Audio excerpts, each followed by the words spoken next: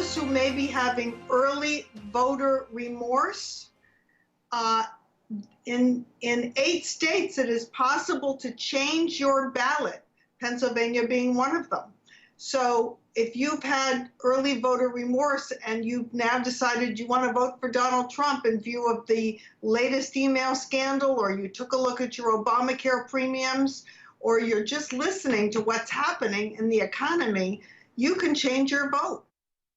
Good afternoon and welcome to America Talks Live, Hour 2, where the most important content for our program comes from you. Your comments, observations, and questions phoned into us at 1-877-639-7629. That's 1-877-Newsmax. Now, we just heard former New York Lieutenant Governor Betsy McCoy say for some folks who engaged in early voting, they can go back and change their votes. We should point out a friendly amendment in order here. The exact number of states where you can change your early vote is not 8, but 7. We are going to talk about that with our panel and the ongoing FBI investigation of Hillary Clinton, the Democrat nominee. But first, for the latest news, here's Ed Berliner in the Newsmax TV newsroom. Ed? Thanks, JD. Let's get to this Newsmax News 60 seconds. So you want the FBI to deliver answers about Huma Abedin's emails by Election Day? Only if you believe Harry Potter's magic wand really exists.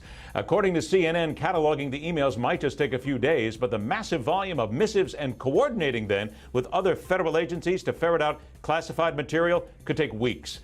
And there's a good chance Abedin will have to sit still for another interview. This, of course, leads opponents to believe someone is covering for the Democratic candidate. They're terribly politicized, and they want to use the tools of the Justice Department to punish enemies and reward friends.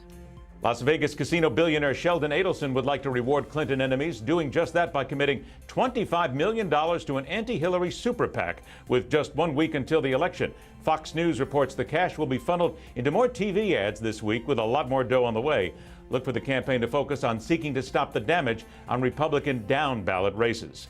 For more on these stories and a whole lot more, head for Newsmax.com. I'm Ed Berliner, Newsmax TV, and JD, it's all yours. Thanks very much, Ed. You raised in that update topics worthy of discussion, and we will do that right now because I'm pleased to be joined here on the anchor desk by our political panel. Seated right next to me is former CIA analyst Lisa Ruth, and on the far end of the table, or at least a sanitary distance, is my good friend, former New York PD Special Investigator Michael Solomon. Michael is the author of the book, The Conversion Prophecy, and I think we have a picture of the book. Thank you, JD. Happy to do that. Mindful of Dr. Franklin's admonition, you can't judge a book by its cover, but I read the book, and it's intriguing, and there's a surprise twist at the end. Speaking of surprise twists, as we're headed down the home stretch for this election, as it turns out, this was a topic last night that caught everyone's attention.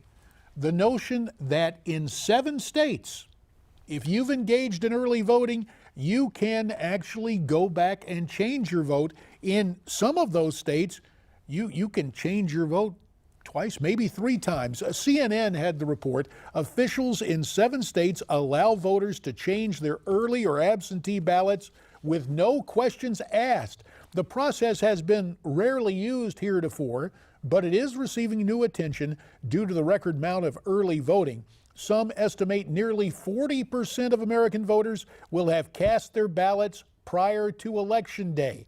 In most of those 7 states, voters who voted early but want to change their votes need to show up to the polls on Election Day and have their votes easy for me to say on live television, nullified. Let's go through the list.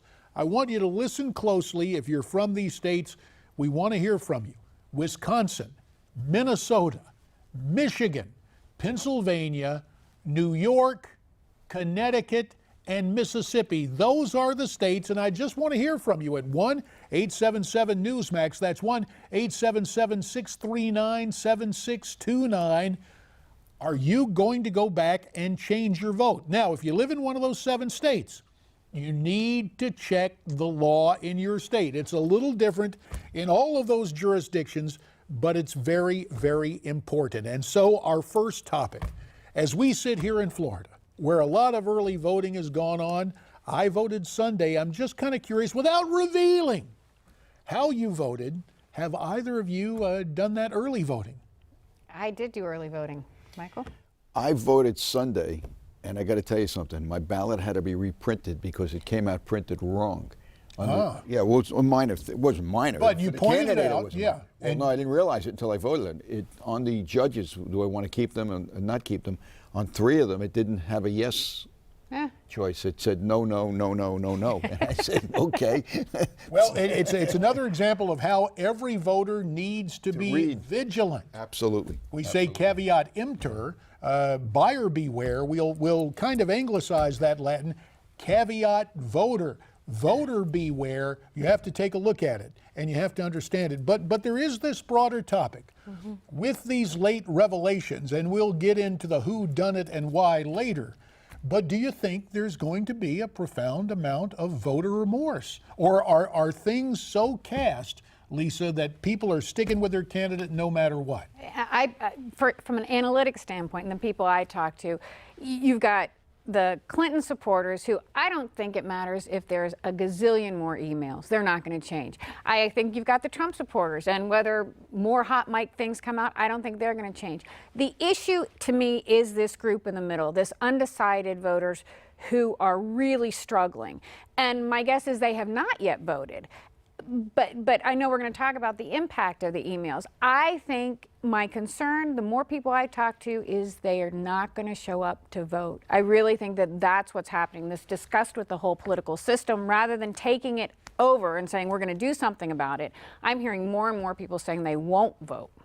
And yet we've had a situation, Michael, where we hear from so many Trump voters that they've been away from politics. They may not have voted for 3-4 cycles. That's right. They are coming back to vote. They're engaged. And if we were going to put a number on the scenario that Lisa put out there for us, at least in terms of undecided voters or voters willing to change their mind, it looks like around 30%, maybe a couple of more percentage points, but a third of the electorate could be influenced by this whole email scandal. That is a sizable chunk of voters. Well, not only is a sizable chunk of voters, but I think you've got a tremendous amount of people out there who, based on what's been going on in the news and all the so-called scandals, that are not admitting that they're Republicans or admitting that they're voting for Donald Trump.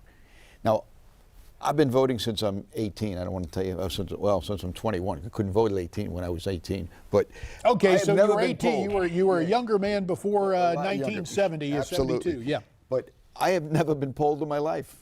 I mean, I can't believe it. I have never been polled, either on the phone or anywhere.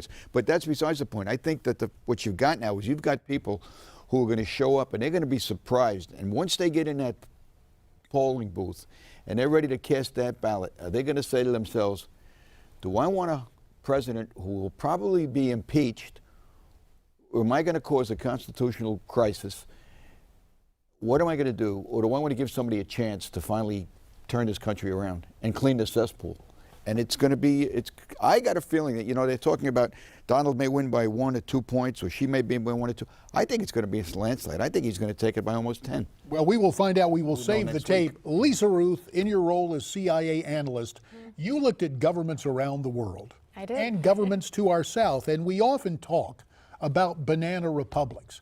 Now imagine this scenario, because it can happen constitutionally. In fact, I predicted it the other night on Newsmax Prime. This thing is so bad for the Democrats. And Barack Obama has basically proven that he suffers no consequence except indirectly in the midterm elections. Right. Nobody lifts a finger to take any action against him constitutionally. So it's within his purview, first of all, since he's expanded the use of executive orders. Witness what he tried to do with amnesty that the courts shut down, but they really haven't. We'll talk about that later in the program. But you got a situation where he can claim executive privilege over the vast expanse of bad actors who may have been in government, claiming it's national security, and then he can prospectively issue pardons. Now, he may not do it before Election Day, because I think that would influence the votes, but he could do it conceivably on November 10th, November 9th, November 10th. Do you believe that scenario is a real one? And what about the United States? what we once took pride in as a constitutional republic being reduced to the status of a banana republic. Is that a valid concern? Sure. You know, last week we talked about the rotten core, right? We talked about the fact that organizations that are supposed to be apolitical, Justice Department, FBI, CIA, and even the executive. I understand that you're head of the party when you're in the executive, but you're also the CEO of the country at that point. And what we have seen more so over the last 6 months than at any time is this willingness to intervene regardless of facts, regardless of what you're supposed to do. Because there is, as you said, there's a loophole. There are ways to stretch those definitions.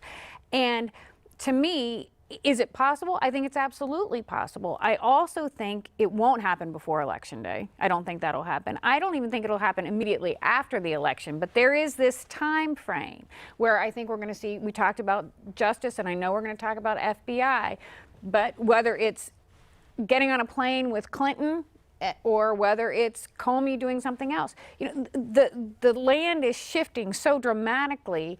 I don't think anything's out of the question. Unfortunately, I don't. Lisa said it was possible. Michael, is a Clinton pardon probable from Barack Obama? The way I understand it, first you have to be charged with a crime. So if they don't charge her with a crime until after she's sworn in, then she could pardon herself. But if he were to pardon her between now and Election Day, that's almost an admission of saying, hey, the woman's guilty, I'm going to make sure that she gets elected. That's going to be worse than reopening the investigation. I mean, it's going to drive it up the wall. But also remember, in terms of the definition of impeachment, even if he were to grant her a pardon, impeachment has criminal law, the Constitution says impeachment comes for high crimes and misdemeanors commonly interpreted to be misfeasance, malfeasance, intent beyond what the criminal code says. So this thing could go on. We are going to continue on in this vein following the break. When we come back, headlines and punchlines, and we'll continue our discussion with you at 1-877-NEWSMAX, 1-877-639-7629. Do you live in a state where you can early vote, where you can change your vote? Or a state where you can early vote and not change your vote and you're cool with the way you voted? We'd love to hear from you, and we'll talk more about the FBI email investigation. All of that is ahead. It's America Talks Live Hour 2. We want to hear from you.